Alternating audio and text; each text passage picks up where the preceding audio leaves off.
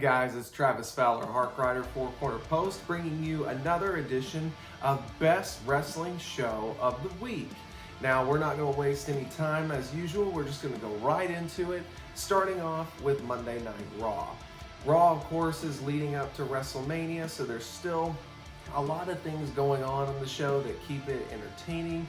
This week's narrative was Kevin Owens and Seth Rollins fighting over who is going to interview Stone Cold Steve Austin at WrestleMania. It was an interesting storyline. I kind of don't like it though, just because it's like they're breaking up Owens and Rollins, which I don't think you necessarily need to do. This could be something that they can come back to after WrestleMania because they do make a pretty cool tag team. So I really hope that they don't go the full board of breaking these guys up. But as we saw on Raw, with the whole narrative through the whole show led up to their match, and Owens walked away as the victor, as predicted. Strictly just because we know that there's a rumor flying around of what Rollins Mania plans are, and also with the announcement that we've seen on several different dirt sheet sites over the last few days. We know Cody Rhodes, at least at this moment, rumoredly, or allegedly, I guess would be the more appropriate word, has re-signed with WWE. So there's rumors of Rollins and Rhodes, but we'll have to wait and see what really transpires as Mania draws closer. Other events on the show included the RK Bro celebration of the tag team title victory that led to the Street Profits coming out and having a little back and forth heated feud. Like I said, I predicted eventually that we'd see RK Bro and Street Profits for Mania, and I didn't know how they were going to get it built, but this is a good start to it, and I still maintain that we'll see the Street Profits go in more of a heel direction for Mania. We also saw Logan Paul and Miz have an interaction again.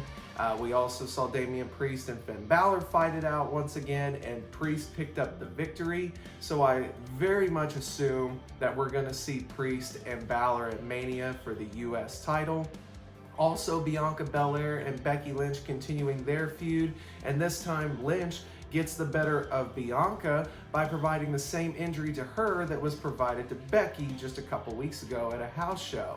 So overall, it wasn't a bad show by any stretch of the imagination. But let's move on now to AEW Dynamite, who had, I believe this is their annual St. Patrick's Day Smash is what they call it.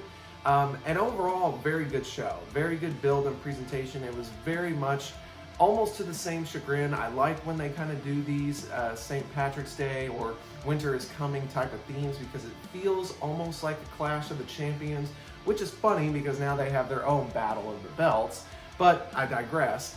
They make it feel like a big deal, and it pretty much was. I mean, we saw the Hardy Boys tag team for the first time in several years, and for the first time on AEW Dynamite. Man, it's still so surreal hearing the actual Hardy Boys theme that they used for years and years, used in a different company. It's just still surreal to me. We also saw the TNT title match between Wardlow and Scorpio Sky, and as predicted there too, MJF got involved, and that's going to lead towards their matchup eventually, Wardlow and MJF. I like what they're doing with Wardlow. I like that they've made him this undefeated bad monster type of gimmick, similar to what Goldberg was. I think it actually suits him very well. But they didn't make him completely invincible, which is the one thing you want to avoid when you do pushes like this. So Wardlow now is vulnerable thanks to MJF. MJF is a slimy heel, so there's a lot they can do with this moving forward. And I think we'll see the climax to this feud take place at Double or Nothing. We also saw Red Dragon pick up a win along with Adam Cole at the first match between him and Adam Page and the tag team champions of Luchasaurus and Jungle Boy. This is still continuing the feud between Cole and Page, which I think is going to culminate in some kind of specialty match at Double or Nothing. But it was a good way to continue the feud in the trios match. And then, of course, we saw the crowning of a new women's champion inside the steel cage. Very well done between Thunder Rosa and Britt Baker when it comes to storytelling. There was a couple spots in the match that I felt were a little unnecessary. I know that they were kind of callbacks though to that Lights Out match that they had. So not a bad thing that they did that. I just think there's some spots that could have done without, and maybe at times was just a little bit too far-fetched. But overall, it was a good presentation, and we have a new women's champion. And then on another note, we saw Wheeler Yuta actually get slapped by Regal, and I don't know if this was kind of like an indication that he's going to join this team of Bryan and Moxley, which I'm still unsure of. I know that they've got Regal in their corner. I don't know. I'm letting this play out and see how it goes. So overall, AEW St. Patrick's Day Smash, not a bad show either. Very well put together. Let's move on to Impact Wrestling that started off with the match that I was so glad got announced last week. Bullet Club versus the Motor City Machine Guns. Bullet Club, of course, was made up by Jay White and Chris Bay, taking on Alex Shelley and Chris Sabin. Very, very awesome match to not only start the show, but overall, it's probably my favorite match of this entire week. And Motor City picked up the win in the match very unexpectedly, and it was like by the narrowest of pinfalls. If you go back and watch it, I think there is an argument made that it could have been a botched spot because Jay White didn't make it there. I think he made it there. It's like just this much that if it actually was a pinfall, it was by the narrowest of falls. Very good storytelling though, because it still leaves it wide open for the Bullet Club and MCMG to still be involved with each other. Great matchup between the two teams. Also on the show, we saw Honor No More's Matt Taven take on the walking weapon himself, Josh Alexander, who had a great showing. And then of course at the end of the show, we saw Moose actually sign the contract and send it to his home, like Josh Alexander's home. So that's a good way to build it personally between the two of them. And then of course Eddie Edwards is still the leader of Honor No More, trying to convince his wife Alicia that maybe she needs to think about her loyalties, not to her husband, but to Impact Wrestling in this instance. PCO also made his return. He just confronted Jonah. We also saw Violent by Design's Cody Deaner take on Carl Anderson of the Bullet Club in a good one-on-one matchup. Nothing really spectacular that came out of that except just continuing the story between the Good Brothers and VVD. We saw a triple threat that involved both championships of Deonna Purrazzo being on the line, and she walked away as the victor. Impact Wrestling is just firing on all cylinders right now. Great storytelling, great matchups, building of new stars. They are hitting every single box that you can imagine. This show doesn't show all of their potential this time around, but I enjoy it each and every week strictly because of those two things always being consistent. They push new guys, they have great storytelling. Those should just be two reasons why you should watch Impact Wrestling alone. Finally, we move on to Friday Night SmackDown that opened up with a promo segment that turned into a very, I guess this would be Brock Lesnar-esque. I think it kind of similar more of Braun Strowman back in the day. But either way, Lesnar comes out with a forklift and pokes holes in the SUV that they originally tried to drive away in, only for them to go commandeer a truck and Lesnar then ripping the door off the truck. It was a very hokey spot, but at the same time, it was pretty fun to watch. And honestly, who doesn't believe that Brock Lesnar could rip a door off a truck? I mean, he ripped one off of a car on live television. So it's like, okay, I still can believe that this, as Pat McAfee likes to say, the alpha male of our species could literally do these things. It's just, it's remarkable to me.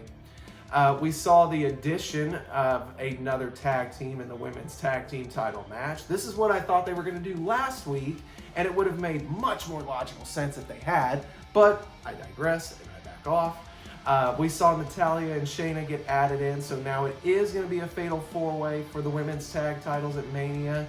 Got to get them all on the card, I guess. I'm still just not into the makeshift teams. I really wish that some of these teams would have been put together sooner or had some kind more cohesiveness, but that's just kind of been how the women's tag title division has gone. Really, the golden role models were like the superb tag team champions for the women's division, next to the Iconics, who is now the inspiration over in Impact Wrestling. That's another reason you should check them out, but that's just a personal preference of mine. Anyway, I'm digressing and need to get back on track. So continuing on with SmackDown, we saw, of course, the six-man tag between McIntyre and the Raiders. They picked up the win over Madcap Moss, Happy Corbin, and Jinder Mahal and Shanky. I know there was 4 of them out there to the 3-on-1, or to the 3 advantage, but overall, it is what it is. It's just leading more towards their match. Not really something I'm looking forward to necessarily of McIntyre and Corbin, but you know, this is what we got. We also saw more building towards the Ronda Rousey and Charlotte Flair situation. It's just still not there for me. I'm not really digging anything in this feud. It's still just very, I'm sure a lot of people feel differently than me. I know I might be in the minority in this. It's something that's not registering with me. I'm not a fan of it. But that's okay. Fans can all have different tastes and preferences. This one's just not up my alley. And then, of course, we saw the announcements of Johnny Knoxville and Sami Zayn going against each other in an Anything Goes match. We also saw Pat McAfee get involved with Austin Theory. Overall, SmackDown also wasn't a bad show. It was structured to just, again, build up that hype for Mania and hopefully get you excited for what's to come. If I heard correctly, the last SmackDown before Mania is actually going to be next week, if I remember them saying that. If that's the case, we'll have to see what we do about BWS for the following week leading into Mania. But this week, let's talk about who had the best show. I'd have to say this week, start to finish, I am going to give best wrestling show to AEW Dynamite. Dynamite had their theme of the St. Patrick's Day Smash. It was a well thought out show altogether. Still not a fan of the commercial breaks in between matches on any show, and I feel like AEW does them quite a bit, but WWE does on Raw and SmackDown too, so it's kind of one of those things I can't really hold that against them too much. So overall, AEW continuing stories, building up to matches, I'm giving them the best wrestling show of the week. Now that's all the time that we've got for this week. What did you think was the best wrestling show? Do you agree that it was AEW Dynamite? If so, or if not, leave a comment and tell me about your thoughts down below. Also, make sure if you haven't already, subscribe to the channel. Then go ahead and hit that like button over there. Also, after you share the video, make sure you hit your bell notification so that you're notified every single time there's a video uploaded to the channel. Finally, we want to give our condolences to the family of Scott Hall. Of course, Scott Hall passed away earlier this week, and the wrestling world mourns his loss and was completely shook by this tragedy. I can say for me personally, I always enjoyed watching Hall as a kid, and actually just this past weekend, I was doing the whole Razor Scott Hall shake in front of my little daughter, and she was getting a kick out of it, just laughing up a storm. So his memory is always going to live on in professional wrestling, whether it was Razor Ramon or a founding member of the NWO. Scott Hall has left a legacy that will undoubtedly never be forgotten.